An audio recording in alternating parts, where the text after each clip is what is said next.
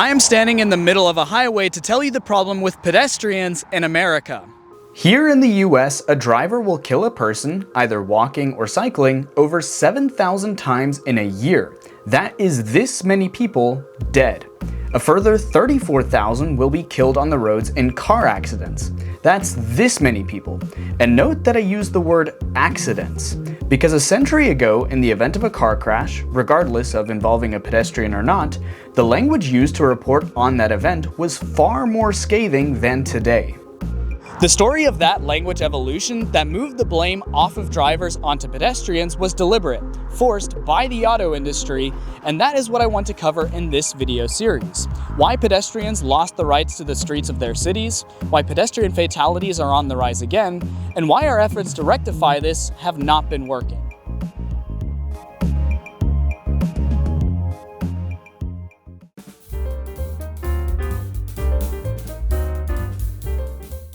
The early auto industry had a problem. Demand for cars is low. Part of the problem lies here. This is what the production line looks like. It is slow, tedious, and very expensive. But this is only half of the problem. The other part of the problem is that the general populace doesn't need or even want a car. Once upon a time, American cities gave their space to the people that lived there and provided many modes of travel, even linking suburbs outside of the city to the city center. People had unfettered access to the streets, conveniently being able to cross wherever they needed. To go further afield, city dwellers could hop on a streetcar, and the suburbanites visiting the city often had rail networks to get them in and out of the city. Gentlemen, I have a plan. Okay, what happened next was not actually some sinister plot. That doesn't get unveiled until 1948, more on that later in the video. What actually happened was a genius implementation of an existing technology to the auto industry that completely changed the playing field. Born from the Industrial Revolution that is the assembly line was the Ford Model T, the first domino to fall. And the years that followed were nothing short of strifeful. As the automobile, a former luxury status symbol, became attainable to the common man who had yet to learn how to drive a car, the death toll on American roads quickly began to rival that of a war. In the 4 years after World War I, there were about the same number of road fatalities in America as there were soldiers lost in combat in World War I. Yeah, it was that bad. Worse still, most of the pedestrian fatalities during that time were children. Clearly, the US was in serious need of some regulations. The directional free-for-all that works fine with pedestrians obviously didn't work with automobiles.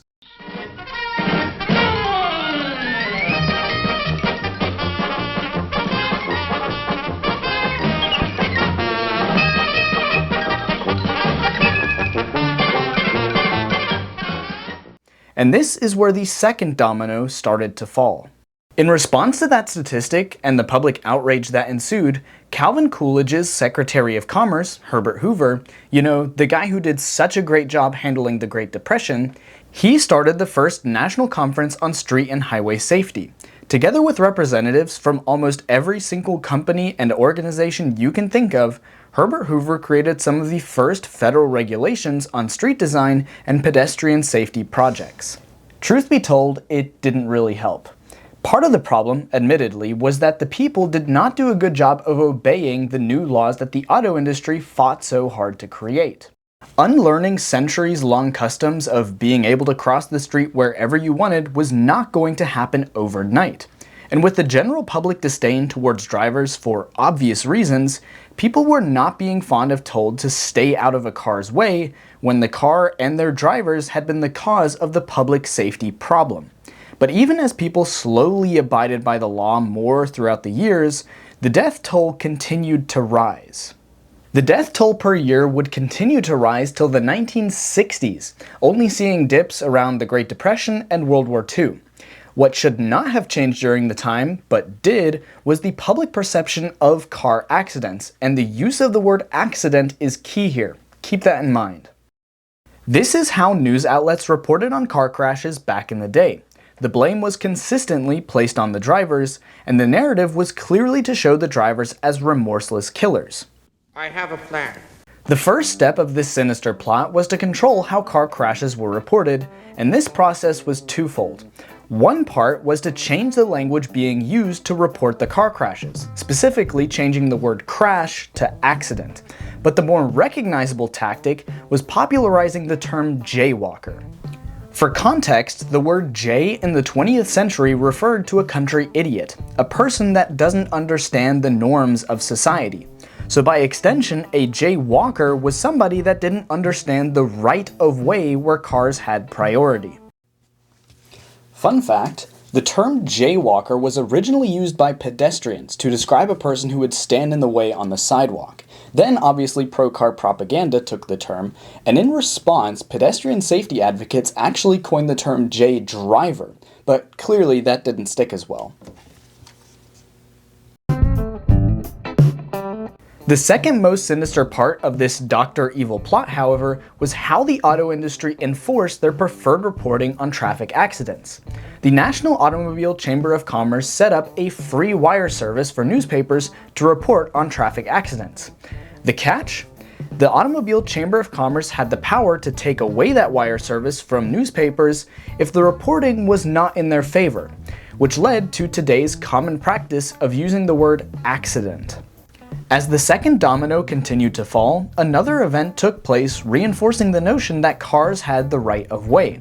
The American Automobile Association, what we call AAA today, started teaching road safety courses in school.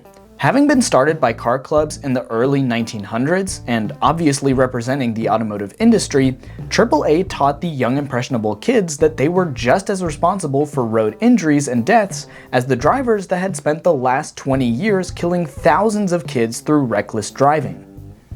AAA also created the Junior Safety Program, a school program where older students could direct the younger students when it was safe to cross the street, but could not direct drivers to wait for crossing students. As summarized by historian Peter Norton, AAA and other members of motordom were crafting a new kind of traffic safety effort. It ignored claims defending historic rights of pedestrians to the streets. In the new motor age, historic precedents were obsolete. The third domino to fall was unlike the previous, where many smaller events took place at once. Instead, it all culminated in the United States of America going to court. In 1948, this lawsuit was filed, United States versus National City Lines. Now, National City Lines was a public transportation conglomerate that owned many individual public transit companies across the nation. The reason National City Lines had been brought before the Supreme Court was simple.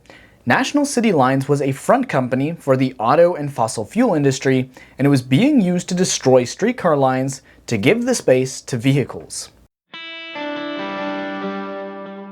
The destruction of streetcar lines had been happening for a long time. At first, it was minor annoyances for streetcar riders having to dodge cars that raced around them.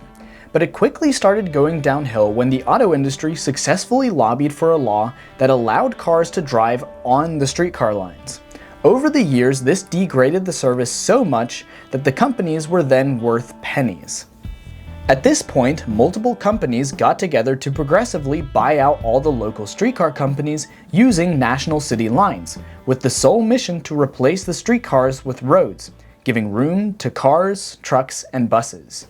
Of course, it is illegal to buy out the competition, which is why General Motors, Mack Trucks, Standard Oil Company, Firestone Tires, and Phillips 66 were taken to court.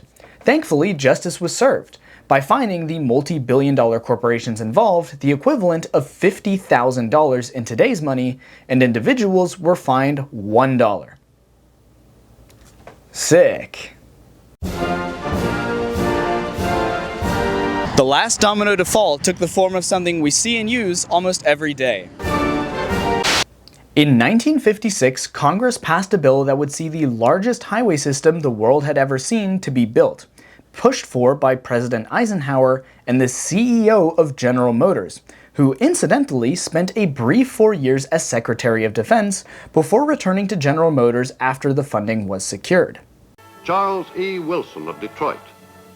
Wilson, President of the General Motors Corporation, will bring to his new job at the Pentagon his great management ability. That, kids, is what we call corruption. Following the building of the interstate highways, there wasn't any notable, singular event that made pedestrians less welcome on American streets.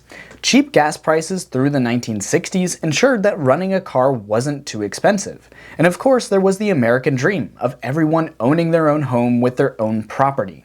With suburbs around the country growing, so did the demand for cars. And that, combined with easy interstate highway access to city centers, ensured that pedestrian deaths would skyrocket, reaching a peak of over 10,000 lives lost in a single year. After decades of pedestrian deaths declining, in 2009 the trend line changed for the worse. After hitting a low of about 4,000 deaths, pedestrian deaths per year shot up to well over 7,000 as of 2022. While generally agreed upon why that is, more larger vehicles on the road as well as distracted drivers, what I want to focus on is what is behind me. According to research from the NHTSA, roads like this have been identified as pedestrian fatality hotspots. So my question is, why do we keep building these, and why do the minimal changes needed to safely accommodate pedestrians only seem to happen with major construction that increases car usership? There is a lot to this topic, but we can break it down into two main groups: cost and demand. The construction cost of a road will vary depending on the terrain and the type of road, but in the case of this road here, it cost over $33 million for less than 3 miles of road. Now, I couldn't find a detailed breakdown of how much of that was road construction or traffic signal upgrades or the bike path added, but according to Florida's Department of Transportation, a 5-foot wide sidewalk costs around $350,000 per mile. So for the sake of simplicity, let's figure that a similar sized asphalt path costs the same. Great, right? The sidewalk is way cheaper than the road, so we should just have more of those and forget those big expensive roads. Yeah, that would be nice, but there are some problems with that. The current system in the US is based on continuous growth. I've talked about this in a previous video, but the way we currently build housing and car-centric infrastructure, it can only survive through continuous growth, similar to a Ponzi scheme. This phenomenon has been well documented with graphics like this that show how suburban developments cost more to maintain than they bring in through tax revenue, meaning that they can only exist by building more newer developments to cover old maintenance costs. The other part of the cost problem, of course, is that pedestrians don't pay for their infrastructure. Cars have taxes on gasoline, tires, registration fees, and of course the vehicle itself to pay for the infrastructure they use. But pedestrians, no. Sidebar, it's worth noting that the taxes on those items don't actually cover the full cost. This is clearly proven by the work of the Congressional Budget Office on the Highway Trust Fund accounts. The highway funds have been exhausted before, requiring the General Treasury to step in and replenish the funds. So in effect, pedestrians have paid for roads that they do not use through their income taxes. As for why improvements usually happen off the back of major construction projects, we have to look at something experts call piggybacking. Piggybacking is simply the exercise of adding pedestrian infrastructure on the back of major construction projects. Of course, you could build a bike path or a walking path on its own, but it's far easier to piggyback off of major construction projects because you don't have to bring the equipment and the materials out twice. Say for instance that the committee in your city responsible for road construction projects wants to build a sidewalk on the side of a major road, and with that add some new street crossings. In that scenario, the committee will have to argue why it's necessary to spend the money on infrastructure that does not recoup any costs from people using it. If that same committee were to propose a road widening, adding an extra travel lane in each direction, then the script changes. Because of policies that are becoming increasingly common that require spaces for pedestrians alongside roads, the committee in that case would have to argue why it's not beneficial to have a sidewalk, and the result is this. It's legislative changes such as that we the people can cause. All across the US, changes are being made in cities to be more comfortable for the ones that lost their rights to the streets, the people who live in the city. In cities like San Francisco and New York, some streets have been completely blocked off to car traffic, and let me tell you, it is so much nicer.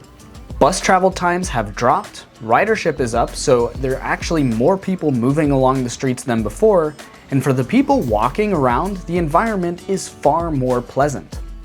In Minneapolis, San Jose, and many other cities, housing regulations that confined us to building the very housing that helps fuel car dependency has been removed, allowing the freest country on earth to finally build the housing that the market actually wants, including housing that does not require a car.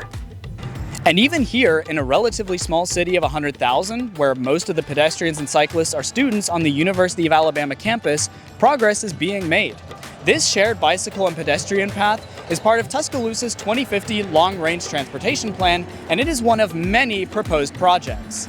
This red line here is the recently completed project on McFarland Boulevard, but the other red lines here are all projects in the works, with seemingly heavy emphasis on connecting downtown Tuscaloosa to the university campus. And this brings me to the whole point of this video. The power of your vote is greatest in your local area, so focus on that. All of these bike and pedestrian projects, while influenced by state or federal legislation, were demanded by the people living here, and you can do the same in your city. While we can't make the cost of building these projects go down to zero, what we can do is increase the demand for these projects by letting the committees and the elected officials know that we want the space for ourselves, not for the cars. Over the last century, the people have lost their access to the streets of their own cities to cars, and slowly that mistake is being corrected. While cars have their place in our society as a transportation tool, particularly to reach remote destinations that cannot feasibly be covered with mass transit, for the cities and the people living there, it is not only right, but also beneficial for drivers to limit car access. But that is a topic for part 2 of this video series, so if you want to watch that, be sure to hit the subscribe button to be notified for when that video is published. If you enjoyed this video, be sure to also hit the like button so that YouTube knows to share this with more people.